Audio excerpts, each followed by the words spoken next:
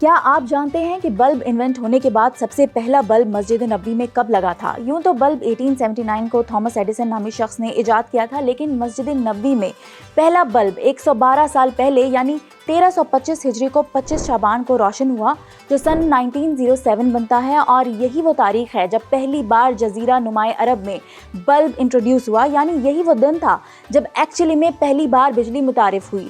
جناب، اب ہم آپ کو اس کی کمپلیٹ ڈیٹیلز بتاتے ہیں۔ سب سے پہلے تو آپ کو یہ بتا دیں کہ مسجد نبوی کو بلب انٹروڈیوس ہونے سے پہلے ٹریڈیشنل انداز میں کھجور کے پتے جلا کر روشن کیا جاتا تھا، لیکن اس نئے دور کی ایڈوانس فیسلٹیز کی وجہ سے جب آنکھیں مسجد نبوی کو دیکھتی ہیں تو ایسا لگتا ہے کہ مسجد میں روشن موتیوں کی کلیکشن ہے۔ لیکن آپ یہ جان کر بے حد حیران رہ جائیں گے کہ مسجد نبوی میں بجلی کے کمکمے پہلی بار 1326 ہجری میں لگائے گئے تھے۔ مسجد نبوی میں 30 سے زیادہ ٹائپس کے بلبز انسٹالڈ ہیں، جو ٹوٹل 1,18,000 سے زیادہ بنتے ہیں۔ تو دوسری طرف مسجد نبوی کے ستونوں پر 8,000 سے زیادہ بلب لگے ہوئے ہیں جن پر اللہ کا نام لکھا ہے۔ لیکن ان دنوں سوشل میڈیا پہ سعودی عرب میں انسٹال کیے گئے بلب کی پکچر کے چرچے ہیں، جو دارالمدینہ عجائب گھر میں محفوظ ہے۔